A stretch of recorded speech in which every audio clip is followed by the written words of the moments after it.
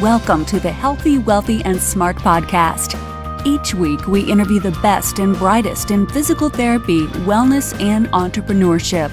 We give you cutting-edge information you need to live your best life, healthy, wealthy, and smart.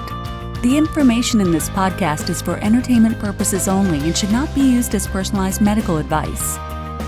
And now, here's your host, Dr. Karen Litzy.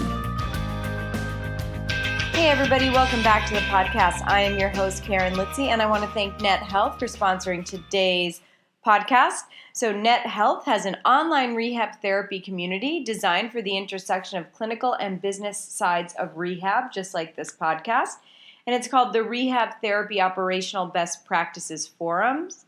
It's all about habits and initiatives that juice up your attendance, revenue, workflows, documentation, compliance, efficiency, and engagement, while allowing your provider teams to keep their eyes on the prize, their patients and outcomes.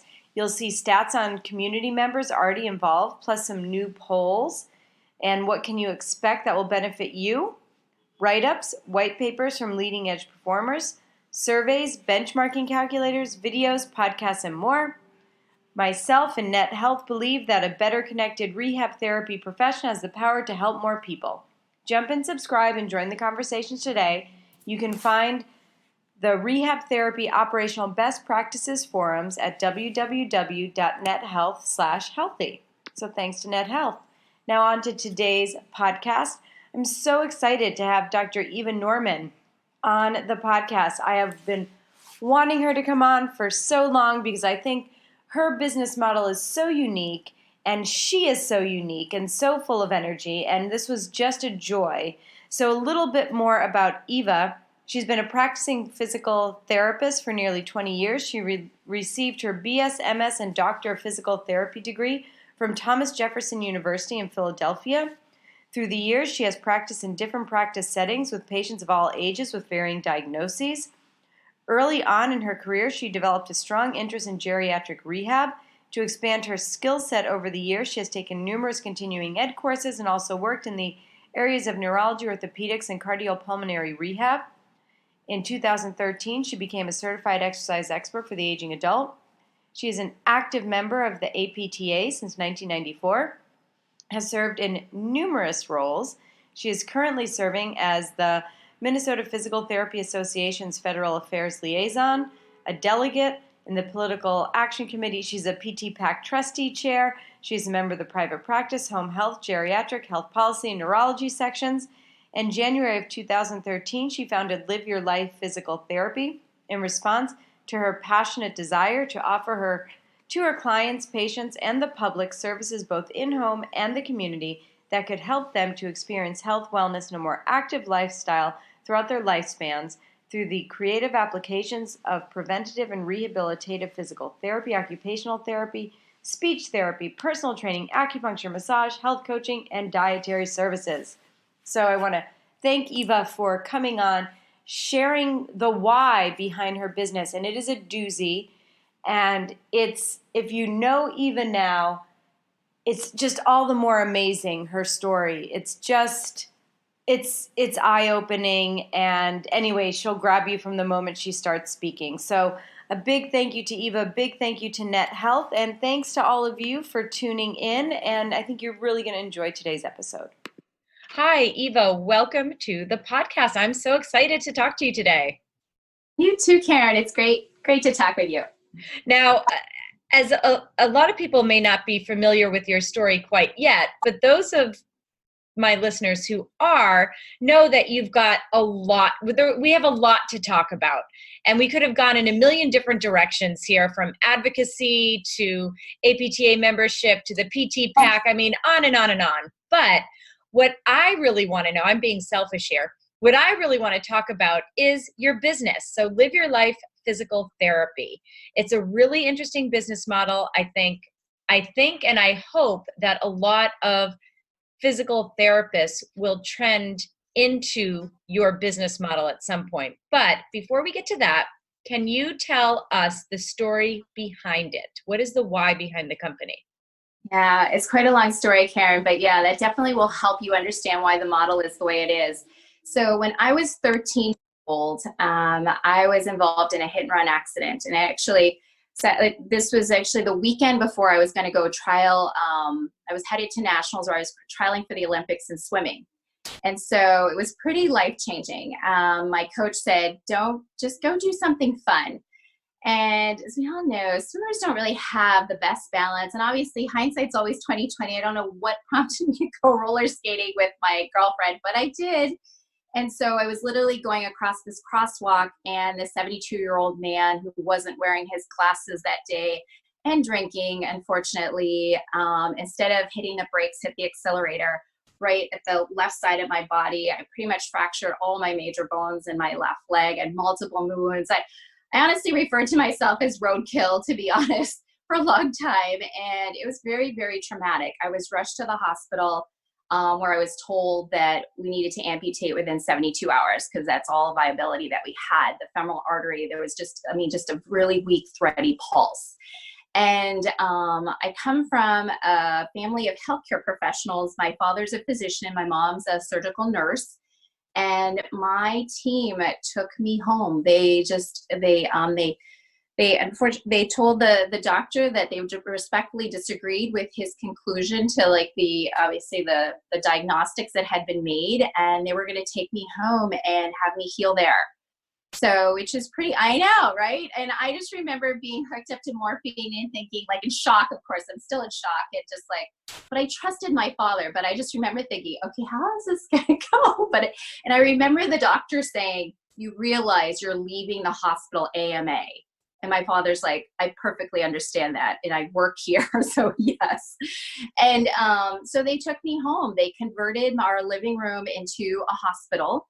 And I was going to the hospital for outpatients, though. So the one thing my father did ask the surgeon is to order outpatient physical therapy, because at the time, sadly, there wasn't home care for kids. And even today, as we all know, there's very limited. And so I went to outpatients. You're not even going to believe this, but I had anywhere from 2 to 3 times a week at non-weight bearing covered for nearly 4 months. This was years and years ago. Wow. Wow. I know. And so I had, my parents essentially through range of motion, through stretching, through just retrograde massage, acupuncture, and honestly, incredible nutrition, I healed. And honestly, but behind all of that was really PT. And so 4 months, so during this time, actually, I got very depressed. As a matter of fact, I tried to commit suicide during this time. And so it was really dark hours, I'd have to say, during my life. And I got really depressed when my father came home to tell us that our insurance had exhausted. And so you can imagine having 2 to 3 times a week of therapy for that long period of time. No wonder we reached our annual cap so quickly. And so my dad asked the hospital if they could see me privately. And they said, no, we don't do private pay. And then my dad was like, well, do you know any other providers in the area that could do this? And they're like, no, we don't know anybody. So of course my dad is literally opens up the yellow pages. Remember back in the day when we had yellow pages, and just calling anyone and everybody, and couldn't find anybody. I mean, he researched high and low. They couldn't find anyone outside of where we were from. We're actually from a little town called Hollidaysburg, Pennsylvania, and couldn't find anybody. And so he took the director of the rehab program there at the hospital to breakfast one day.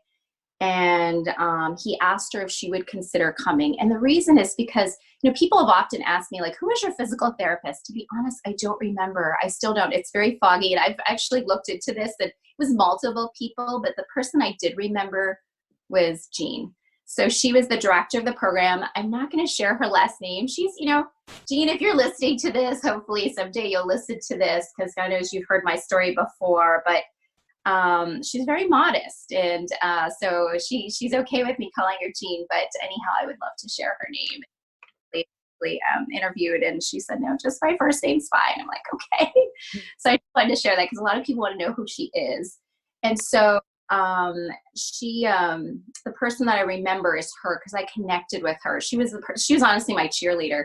Walked in, always the high fives, would always give me hugs when I left. And So my dad took her to breakfast and begged her truly to come over. And she said to my dad, you realize I haven't touched a patient for 2 years. Like, why would you ask me? I'm like the last person you want, seeing your daughter, and my dad's like, but she loves you. She's connected with you. When she thinks of physical therapy, you're the person she remembers. And so just come over, I don't know, just talk to her. I'm just worried. And of course, my dad shared with her about the fact that I was so depressed. And so I think that's really what motivated her to come over. And I don't really know that she knew what she was getting herself into, but she, that day was honestly very transformative. And I use that word very, because it truly was. She gave me hope that day. And I might get emotional here because it is very emotional for me, but she came in and it's just this holistic approach that she had. The first thing she saw me, she said it was just this picture of depression. And she came over and gave me a hug, and I honestly didn't want to let go. And she's like, she said to me, she goes, when was the last time you saw your friends? I'm like, it's been months. And, it's been 4 months. My mom has me on isolation here, essentially. You're gowned and gloved right now because my mom's so afraid of infection. And she goes, no, I'm just, yeah. And she turned and looked at my mom, because of course my parents are sitting there in the room. And she said, she needs social interaction. She needs people in her life. And, is there any way, her friends could come over and gown and glove like I am. And it was at that moment, I think the light bulb went off in my mom's head, like, what have I done? And so, and my mom is like, of course, she's like, you know what? I'm going to call your best friend's parents today. We'll have them over for dinner. And of course, my mom's solution to everything was always food. So she's going to have this big dinner that Jean, of course, was staying for. And then the next thing, Jean asked me, she's like, your dad tells me you're not doing your schoolwork. And, what's that all about? She's like, you love to read. Your dad says you don't even want to read anymore. And I said, Jean, it's the concussion, because that's something I failed to mention earlier, that I had sustained a concussion. I said, Jean, I'm having a hard time focusing. I'm still seeing double. I'm just having a hard time concentrating. And she goes, but you have the TV on. I said, I can listen. I just can't read. I'm just having a really hard time with that.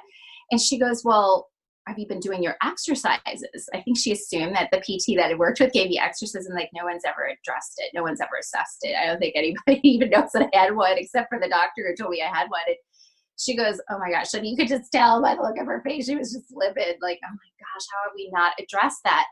And she turns to my dad. She goes, books on tape. Remember back in the day we had books on tape? Yes. That will be a great solution. She's like, go. And of course my dad's like, oh my God, library down the street. I will get every book imaginable. Great idea.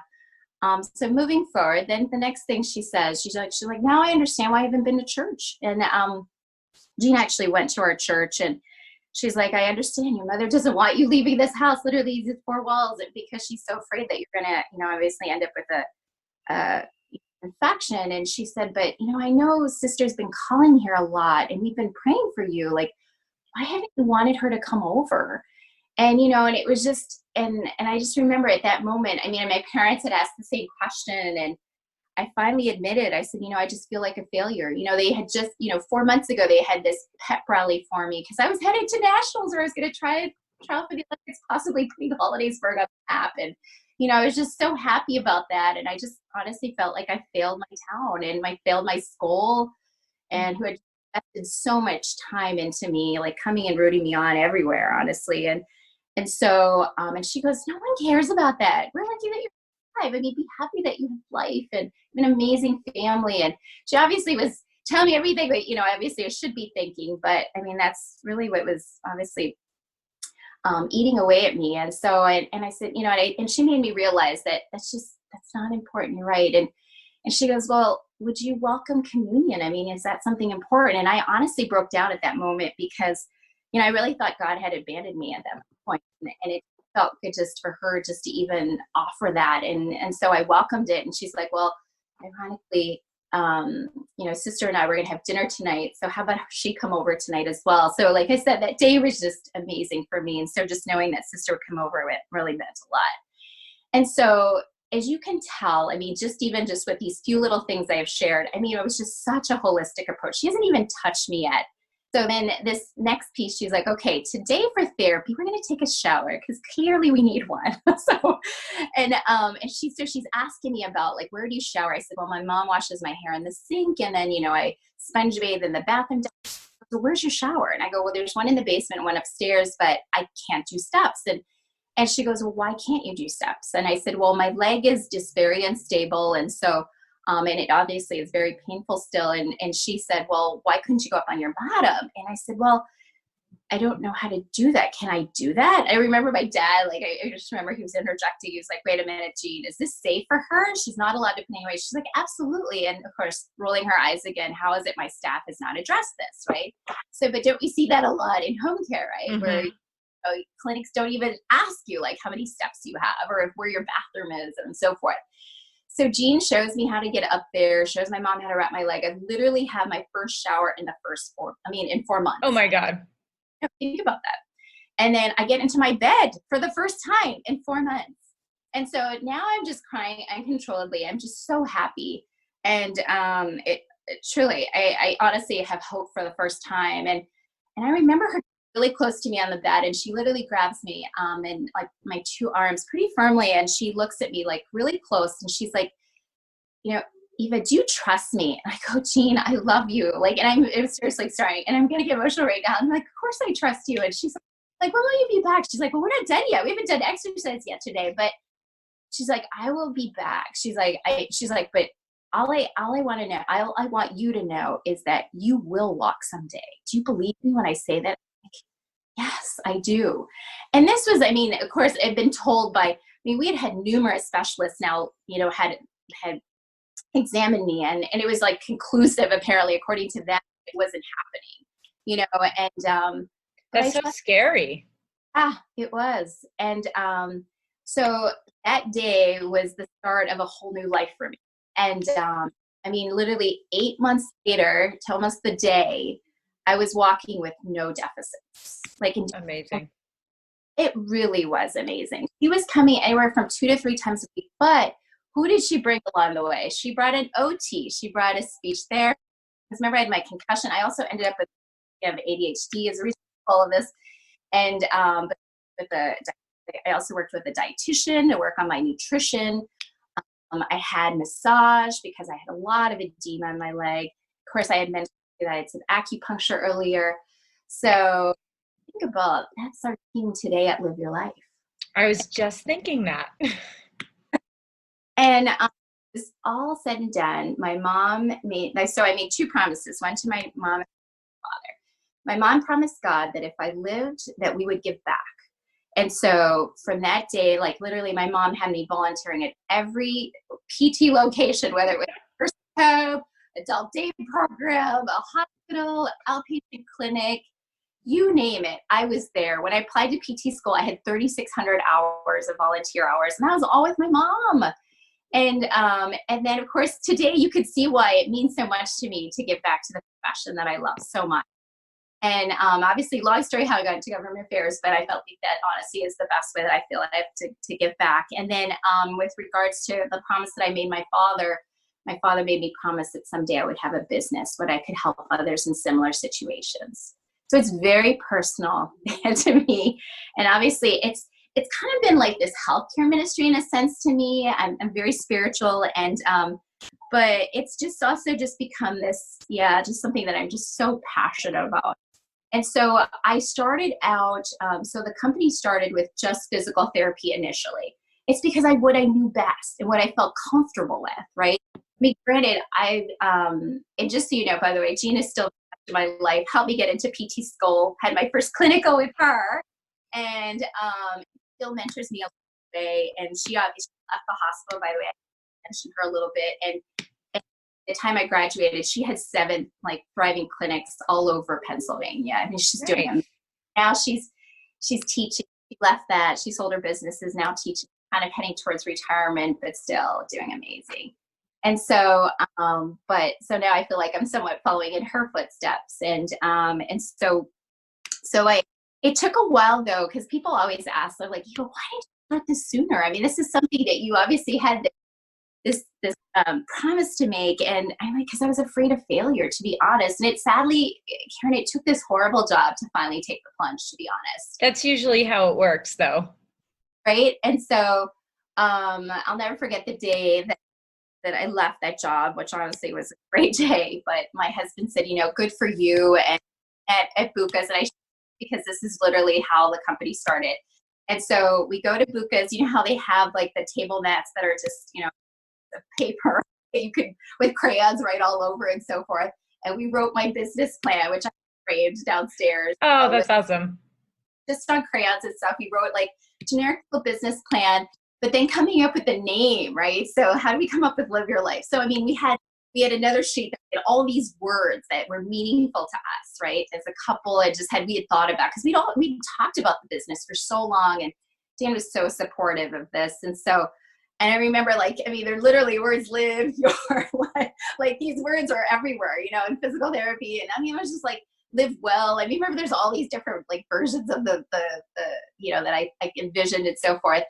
And I'm not even kidding you, but I have to share this because people always ask, like, how did you finally come up with that? So we're sitting there, and, there's music always jamming right at Buca's. And sure enough, Rihanna comes on the sign, Live Your Life. And I'm like, oh my God, that's it. And I literally called Paul Welk at that moment, who's a business lawyer. And I'm like, file it right now. Like, file it right now. We're not changing our minds. Like, this is it. And so we filed literally that day. That was almost 7 years ago, January 1st, 2013. We obviously essentially opened our door kind of thing. But so at that point, what I was most frustrated is with the non-communicable diseaase, right? From unhealthy lifestyles such as hypertension, the diabetes, the obesity, coronary artery disease, Karen, stroke, cancer, some of the cancer, the things that truly, that are honestly draining our healthcare system, and we're going bankrupt as a result. And I'm like, so much of this could be prevented.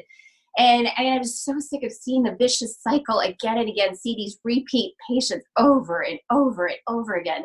And the second time I'm seeing them, that it's with the pneumonia, with the hip fracture, on, and the multiple falls.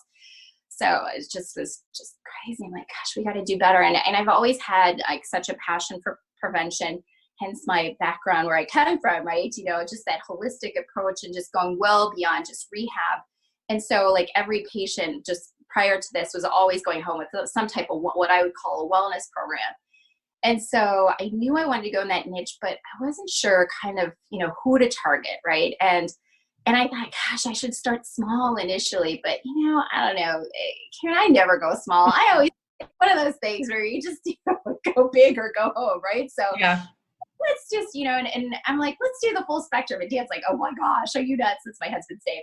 And I'm like, okay, how about, because this all happened to me at 13, we go 13 to end of life. He's like, perfect, right? Okay, let's start there. And it truly is 13 end of life, by the way, still today.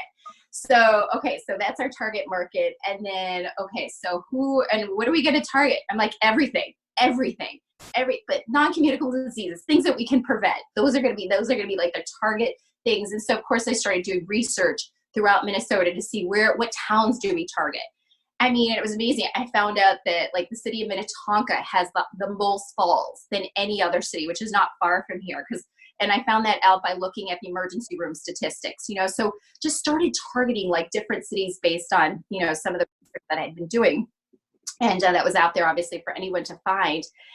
And so then I'm like, okay. And of course it was just me initially. Right. But I was thankful that I was doing my, it's called, what is that called? The Certified Exercise Expert for the Aging Adult certification around that same time. And my lab partner happened to be a PT that wanted to go to cash-based business. So it was like my first hire. It was great. And so because I quickly knew right away that I needed to have a backup, because I'm like, I'm never going to be going on vacation. If I have a backup, right? And how am I going to be able to, continue to grow unless I have a backup? So, and he was willing to be that backup, which, by the way, he's actually now in Chicago. doing amazing things with his cash-based business. But regardless, so we started small, but then I was able to, through those connections and through that certification, I was able to identify like other physical therapists that kind of wanted to start cash-based businesses. So targeted them. And then I started teaching at the different universities to connect with other professors, not necessarily wanting to hire students, but the professors, because a lot of times they're looking for part-time work, right? And I thought, yeah, let's target health and wellness professionals. So by the year one, we had 4 PTs, 1 personal trainer, and a dietitian. And so, and it's not that I didn't want to, have other discipline. It's just that we couldn't find the right people, right? That were one that perhaps liked to be out in the home community, but also that wanted to go into the prevention kind of area, right? Because it was pretty in an infancy state. I mean, that was, almost 7 years ago. So back then, as you know, that was just defining terms, right? In the House of Delegates. Yeah. Right. So, so a lot of people are like, oh, I'm not sure if I want to do it. So, so it's hard to find those individuals much in our world, but for OT and speech was difficult. But sure enough, just connecting, like I said, it's all been through relationships, to be honest. Everyone that I have hired, it's literally been a friend. I know someone for your mom would work well with you. And honestly, it's been great. I was just thinking about that earlier today, kind of, just our team. We were just thinking because I'm planning our Christmas party right now. And, there's 8 individuals that have been with me since the beginning. There's 25 of us now. So wow. We have 7 PTs. We have 1 OT, 1 speech therapist, 5 personal trainers, 4 massage therapists, a health coach, a dietitian, and 4 admin staff, and myself. So 15 of those individuals are employees and 10 are contractors. Okay.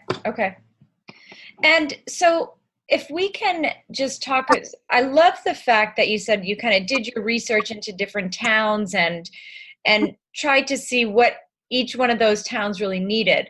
So when you're seeing your clients, you had mentioned you're cash-based. Do you take any insurance at all? No. And so when you're seeing patients more towards the end of their life, a lot of them are Medicare beneficiaries, and we had a little chat about this before we went on the air. So, and this is, I'm sure you get this question a lot. How are you seeing those people? Absolutely. Thank you for the question. So, so end of life would be a lot of patients that are receiving hospice care. So when I can think of end of life, those are, and so the benefit, unfortunately, a lot of the hospices in the area only will cover 2, maybe 3 visits at the most of physical therapy. So then we have great relationships with all the hospices here in the Twin Cities. So they'll refer us because a lot of times, people are like, I don't want mom in bed. I don't want her last days to be that. She loved to move. She loves to walk. She, loves to, go downstairs and spend time with the grandkids or whatever. So I want her to keep doing that, but I want a professional to help her do that safely. And given her medical, history, and her medical complexities, right? Obviously. So they hire us. And so that's, but of course, sometimes it's not just physical therapy they may want. Sometimes it's just, sometimes they may want a massage because it's just soothing and comforting and so forth. Because they have, a lot of times they have pain and so forth. But sometimes, they'll stop eating and they'll hire even our speech language pathologist to figure out, like, is there something that we could do perhaps to help, stimulate the taste buds or give her perhaps mechanical soft diet or something, a different type of diet, perhaps to help her with eating. And then sometimes even our dietitian will get hired as well to figure out, like, how can we get enough calories? We have, and I'm really happy to say this, we have had 15 at this point, 15 clients outlive hospice due to our wellness program. That's great. Remarkable. And so, how does it work, right? Like, how do people get into our system and how do we figure out? Yeah, that was my next question. How did you know that? I was going to say, someone calls you up and then what happens? Right. Like, how do we figure out, like, these are the disciplines that you needed? So absolutely. So they, so they'll call, we could call a number. So I have, so my admin, by the way, are all virtual. They're all virtual assistants. So I have one person that literally takes the calls. So there is a series of questions that they get asked, and we've actually created an algorithm. So based on how their answers are, you are headed, you're obviously recommended certain different services. Now, of course, my admin isn't clinical, so they don't make ultimate decisions, but they can kind of help start that conversation of where, what they're thinking that perhaps they could benefit from. And so I take that algorithm, the results of that, and then I set up a telehealth free consultation. We do 30-minute free consultation because typically, they have so many questions. And of course, because it's cash, they should. And I open that conversation to as many family members as they want. You'd be amazed. Sometimes I have the whole family because the family's paying this for mom, right? Or, battle the son that's in New York, and then another cousin that's really involved, that's in Texas or whatever, is on the phone, is on this call. So that's why we've started to do telehealth, because a lot of times they want to see who I am, and obviously want to meet their therapist. And that's a great opportunity to explain, okay, so according to our algorithm, these are the services that we feel that you would benefit from. So I kind of explain what those services exactly will do for them. And then prior to that conversation, I'm also packaging something for them, depending on what we think would work best for that individual. Given what I already know about them, I try to package something so that they know what it's going to cost them. And, and it's, obviously a la carte. They don't have to, we don't have any contracts or commitments they have to make. It's obviously up to them. They can start in whenever they'd like and see us as frequently or not as frequently as they'd like. So it's really up to them. We make our recommendations, but ultimately they make the final decision. And we base that too on after assessments, because a lot of times I'll give them kind of a ballpark of what I think it could be just based on, other experiences with similar cases. Mm-hmm. But, it's really going to come down to assessment to really determine what would be best.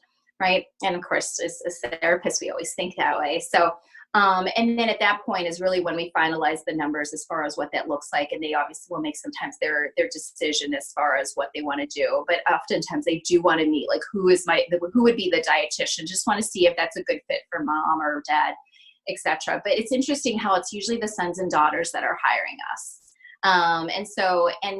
We do 13 at end of life, but I'd say the majority of our clients are over the age of 65.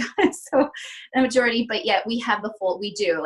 Actually my youngest right now, I do have a 10-year-old gymnast right now that's actually a professional gymnast that is trying to get into Olympics. So injury-free. Mm-hmm. Amazing. Yeah, which is really amazing. And our oldest right now is 103. What? And on hospice. People here in Minnesota live a long time. Common to have 100-year-olds here, and 90-year-olds for that matter. We have about 15 clients that are over the age of 90 right now. So, yeah. That's amazing. I really like this business model. And I am a huge proponent of physical therapy being at the forefront of wellness care, because we're educated for it. We understand comorbidities. We understand surgical procedures, past medical histories, and how best to formulate a good plan of wellness for people. And I really, really feel that, what you're doing in Minnesota is certainly something that can be replicated across the country. I always tell people, Eva has a home care business in Minnesota. It's freaking cold there, and it's snowy. If she could do it, anybody could do it. Everyone always asks, well, I don't know, I live here. Would I be able to do it? I'm like, let me tell you. Yes, you can. Yes, you can. You absolutely can.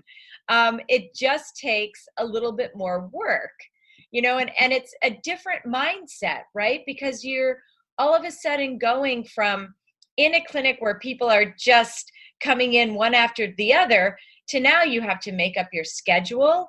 You have to fill that schedule. It's not I don't know about your practice, but I know with mine, I got 6 new patients in the past week and a half. That's a lot, Now in a regular clinic, that might be a day. But when you're going out to people's homes and they're paying you cash, that's a lot of new patients. So how do you guys deal with, your new patient flow? And on that note, we're going to take a quick break to hear from our sponsor and be right back with Eva's answer. Are you interested in a free opportunity to check in with the latest thoughts of other rehab leaders? Well, I've got one for you. There's a new online rehab therapy community designed for the intersection of the clinical and business sides of rehab. It's the Rehab Therapy Operational Best Practices Forum. Catchy name, right? It's all about habits and initiatives that juice up your attendance, revenue, workflows, documentation, compliance, efficiency, and engagement, while allowing your provider teams to keep their eye on the prize, their patients and outcomes. I personally believe that a better connected rehab therapy profession has the power to help more people. Jump in, subscribe, and join the conversation today.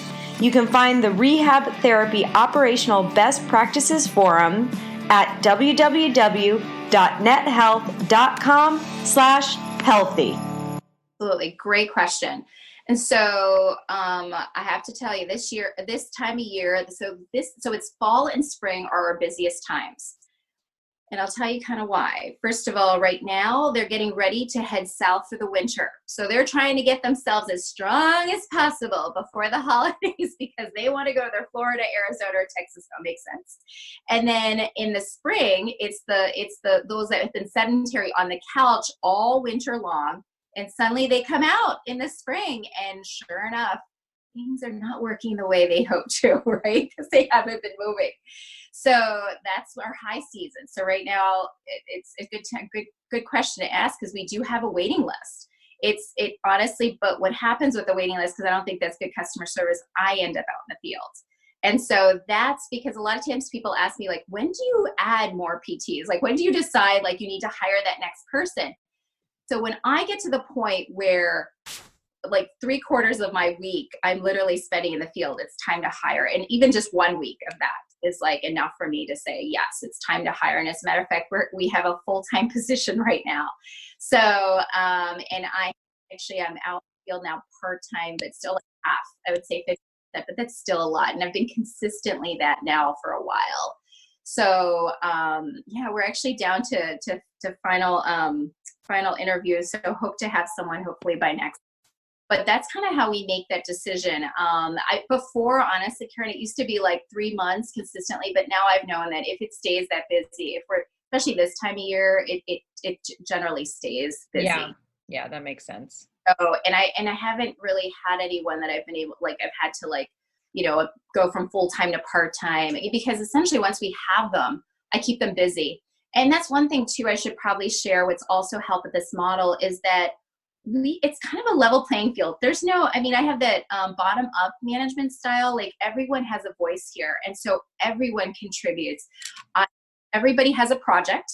And so perhaps developing a wellness program around what they're passionate about. So we have probably about 7 projects going on right now. And so just the individuals, and not everybody has to do it, but right now there's 7 individuals that are developing programs around, one is combating, looking at cancer, one is looking at diabetes right now, one is looking specifically at dementia, one is looking at, dementia, the other one's Parkinson's, and then we are looking at cardiac disease, developing like a cardiac rehab program for the community, like for people that can't get to like the actual, hospital for their cardiac rehab. And let me think which one other ends. Oh, concussions. The one on concussions, huge. So those are kind of, I think that was 7. Does that sound like 7? But those are currently actively being utilized. And we have multiple disciplines working on one project. So like, for example, for like the dementia program, we have a personal trainer, we have an acupuncturist and a physical therapist working on that specific program. And so they meet regularly on their own time. They might be doing their own Zoom meetings as well and meeting. So that sometimes will fill in the gaps when we have ebbs and flows, because as we all know, in cash-based world, it ebbs and flows. Absolutely. So that fills in their gaps. And so they know that they're always going to be full. So when they have downtime, they work on their projects. They'll work on research. They'll meet, everybody also has a mentor which they're required to meet with regularly. So they might meet with their mentor. And also everybody is required to be a part of their professional association and be active in their professional association. So that might mean, doing committee work might be on their downtime, or perhaps prepping for, they might have been asked to put a presentation together. So they might be working on that. You know, fill up our time in so many different ways. So they stay busy. So I share that because a lot of people say, well, what happens when there's downtime? So, but you know, all of that helps the business. That leads to employee retention, professional growth, and of course the growth of the company, right? So, which has been really one of the, I'd have to say one of the number one reasons why I think it's led to our success and our growth is because we do empower them to essentially become just these young entrepreneurs, right? And so many of them, you know, want to, so a lot of times we do lose staff because what happens is they learn how to run their business and they go start their business. But I see that as success. That's and, awesome. They don't compete with us. As a matter of fact, they end up taking their own little niche and they refer and we refer back and forth, which is awesome, right? So, and so I've really, it is hard though, because we invest so much time and energy into them, and to see them leave is always hard. Don't get me wrong, but you know, it's always great when I go to conferences and I see, you know, my young, you know, obviously former employees, my young mentees, you know, they're doing amazing things. So it's always feels great to see that. So, but yeah, so hopefully, so back to, I mean, I'm sorry, that's like went in a lot of different directions there, but we, as far as, you know, we have one of, all right, back to answering your question, a little bit more specific. So we have this waiting list, but we, like I said, we have a dedicated team that actually monitors our schedules. You know, each professional actually has their own schedule and essentially schedules themselves. But when I say monitor schedules, like if we see gaps, because they'll put, you know, if they want more patients, obviously, you know, they're going to put, they'll put on their schedules, like I can take 3 next week. So she'll monitor that so that she knows when to plug people in as people. And we broke up into 4 quadrants so for those that know the Twin Cities, we essentially break it up in 4 quadrants, down 94, 35W. And so we just try to keep people in geographic areas so they're not, you know, driving all over. Yeah, because that's a real pain in the ass. Especially when the snow comes down. Right. Traveling an hour one way, although you might be traveling that some days, you know, seriously, some days it has been pretty bad. Like last winter was horrible. It would take you an hour to drive just 10 miles, which is horrible. Well, sometimes it takes me an hour to go from the Upper East Side to the Upper West Side, and that's only like 3 miles. You can understand. So she's great about, you know, and keeping me up to date too. So her and I kind of work together as far as making sure that we keep people busy, and so forth. So we might need to be reaching out to perhaps referral sources, and you know, some people we're starting, you know, perhaps numbers are lowering in some people's schedules and so forth. But I mean, generally, to be honest, they stay so busy. I can't say that we've ever had a point where I had to be worried. Like I always feel like there's more than enough that we can do. And so the projects too has more business, and they get incentivized too to bring in business. So we bonus them and so forth. So, you know, people are constantly, we really truly work very collaborative and well together to grow the business. As a matter of fact, one thing I should have mentioned earlier with this interprofessional team that we have established, kind of, okay, how do we decide when disciplines come in? Like I may have packaged something together for someone, you know, PT health coach, PT dietitian, I think I mentioned speech therapist earlier with a hospice patient. So we meet once a week through Zoom, and we actually have a care conference where we go through some of these cases where we'll problem solve, you know, when can we bring in the next system? Because sometimes we don't want to throw everybody all at once. Remember, first of all, they're paying cash, can they afford that? But also it may not be the best, you know, it obviously may not be the best approach. And so we talk through that, you know, as far as who would be best right now, you know, and so forth. Like I have a lady right now that the doctor's recommending like steroid injections for her back. You know, of course we hear that all the time, right? And so of course my acupuncturist gets on. She's like, tell her all about me. I'm like, I already have, you know, and I'm like thinking you might be the next thing, because she's ready to like literally go with a steroid injection and possibly an opioid because she has so much pain, but let's have you come in. And so, you know, we look at, you know, sometimes one discipline may emerge quickly just because of something like that coming up. So, you know, but again, we're constant communication. We're taking notes. We share kind of even, you know, our notes that we take from care conference, because sometimes like I always say, we have to sometimes let it marinate in the brain to see, okay, well, what would work best perhaps for this patient? Sometimes we need to really think that through, depending on what's going on, and perhaps finances too, and also the support or lack of support that they may be having. And I'm very ethical too. Like, that's the other thing too. Like, if we feel that they can get a service covered elsewhere, we will share that with them. And we also try to help them figure out ways that they can get this covered. There's a lot of associations out there. I don't know if you guys are aware, that, like, for example, for a stroke, the National Stroke Association, both your local and national, they sometimes will have stipends out there for wellness dollars that you can actually apply for. So Parkinson's has done that, stroke, muscular dystrophy, multiple sclerosis. So we'll have them tap into those resources. If you're a veteran, sometimes the VA has, kind of a, dollars set aside for that. We have found, we actually worked with a Purple Heart recently that was given 30 wellness visits. Imagine that, being a Purple Heart. So Purple Hearts out there, take note that you might have a great deal with your wellness. And then also, I'm just thinking, there's also been just even private insurance plans too that sometimes have dollars for memberships and so forth, that we've been able to negotiate with them to get them to use those dollars for our services. So, which has been great. So a lot of times just picking up the phone and asking the question, is this possible?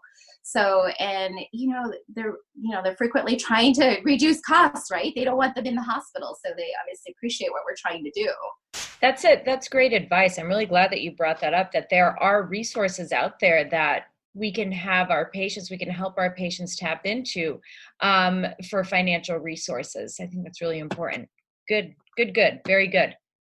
And now, you had mentioned earlier that you have all of your assistants are virtual assistants.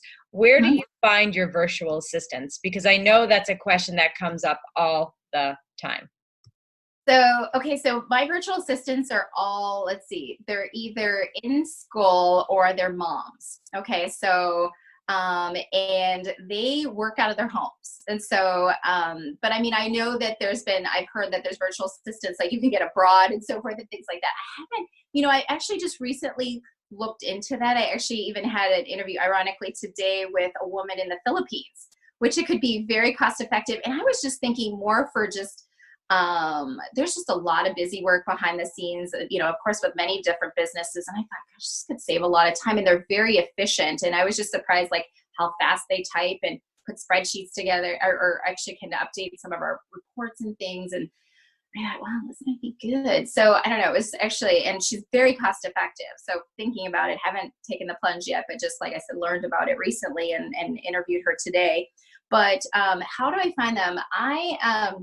As I mentioned earlier, everybody that really works for us has come to me kind of handpicked from friends, or they've reached out, and they've reached out because they've heard about our company.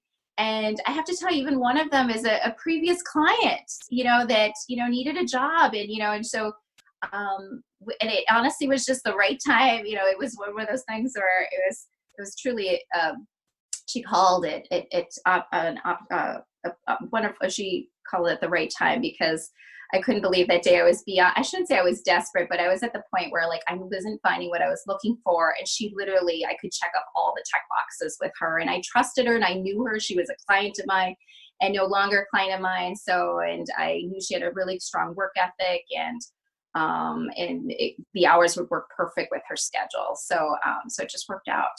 Yeah, no, I think it's great because I think a lot of physical therapists don't think about using a virtual assistant, and it can be an economical way to get stuff done.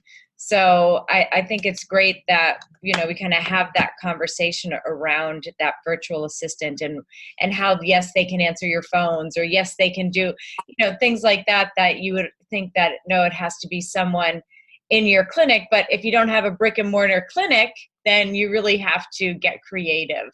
And that's obviously what you've done at Live Your Life PT. Now, is there anything else that you have found in the building up of this company that you would say to someone, boy, if you have the chance to do this to help your company, I would do it? The one thing that I wish I would have done from the beginning that has helped so much since I started the business, So this would be for the new business owners joining, and I have to put in a plug here for the private practice section. I joined the private practice section a year into my business, and I wish I had joined them prior to. That would have been great, because then through that network of individuals, I actually ended up with 2 tremendous mentors that have helped me so much. When I first started out, I didn't really have a whole lot of money for all, contract development. I mean, I had a lawyer and so forth, but I couldn't afford necessarily to have him generating all these contracts for me week after week after week, because I would just, I ended up needing a lot of contracts initially. But what was really great is that I found some tremendous mentors, and I'll name them: Sandy Norby, Mark Anderson, and Tim Shell. I thank you for listening to this podcast. You guys seriously helped me saved me thousands and thousands of dollars just sharing what you already had, and just getting me going, and just also giving me the confidence. And I wish I had that. I wish I had met them prior to starting the business, because then it wouldn't have been so hard, because I think I was trying to reinvent the wheel, and little did I know, like, there was all these people that could help me. So I can't stress enough doing that. But then now, once I've started the business, as far as kind of what I would recommend is, the Rolodex that I have. So one thing that I have to tell you, this phone has 7,000 contacts right now. Yes, I know. And What? So, I was surprised if you do too. But 7,000, and I'm not kidding you. And so I have organized it all beautifully. So, anyone that I meet, I literally put a profile together in their contact. I label them based on their state, their profession, and how they could potentially help me. And so that has been huge. So because I go to so many conferences all over the country, I meet so many people, and I don't just do that for PT, I do it for other professions, but that has been my saving grace. I've been able to find quality staff as a result. I've been introduced to, perhaps, corporations that I wouldn't normally have conversations with, thanks to those connections. And so it's almost like, that's probably been the easiest marketing that I've had. And so, and it's amazing how I'll call up someone 5 years after the fact that I met them, and they'll just remember, just based on the little conversation that I wrote, like the little notes that I had. They're like, "Oh yeah, I do remember you. You had that cash-based business in Minnesota. How's that going?" I'm like, "Oh my gosh, you do remember me." And so, and it's great, because then we'll jump in the conversation and suddenly we're doing business together. So that has helped a lot. And as a matter of fact, sometimes they become even clients themselves. And so, developing your Rolodex, but really organizing it well so that you don't forget those conversations. Use that notes section and write down what that conversation entailed, how you think that person could help you in the future or today, that kind of thing. So that has helped. The other thing I have to say too, I'll put in a little plug, because as far as marketing, you probably want to know too, we don't do a whole lot. I'd have to say our website is one of the main things. But the other thing is BNI. I joined BNI about 5 years ago. I don't know if you've heard of it. It's Business Network. Yeah. At the time, I was the only physical therapist that belonged to BNI in Minnesota, which I was really surprised, because when I read kind of what BNI was doing for other PTs across the country, I thought, wow, this is really hard to believe. And now, of course, there are more. It's interesting how a lot of private practice section members have joined, because I've also shared this with others. And that has also been a great network of individuals kind of outside of my profession, but be able to connect to like other dietitians, other massage therapists, and have been able to also get business that way and just develop those relationships. So I guess what I'm trying to say is, don't be afraid to join organizations like that, or the Rotary Club, things like that, that potentially you can develop relationships outside of your usual comfort zone to meet, people out there that can connect you to perhaps people that can afford your business, or connect you to those that do. So yeah, so I would say that would be huge. And I wish someone would have told me that until, 2 years of my business, that I started discovering things. So yeah. I mean, what great advice. And, what's the saying, like your net worth is your network, or your network makes up your net worth, or something to that effect. And that's essentially what, like you said, developing this Rolodex. I love the tips on adding notes into that. I'm going to remember that because I don't do that. And it's a great idea. And BNI's, a friend of mine that I used to play softball with asked me to join his BNI, which I think he's like doing a presentation in a couple of weeks. So I'm going to try and catch it. But all amazing advice. And, I want to thank you for being so open and honest about your story. I did not know any of that. And that was very, gosh, I can't believe it, if I'm being honest. It's really what an amazing journey you've had. And especially, like, you'd never know it, being as every time I see you at a conference, you're out dancing till 2 a.m. So how is this possible?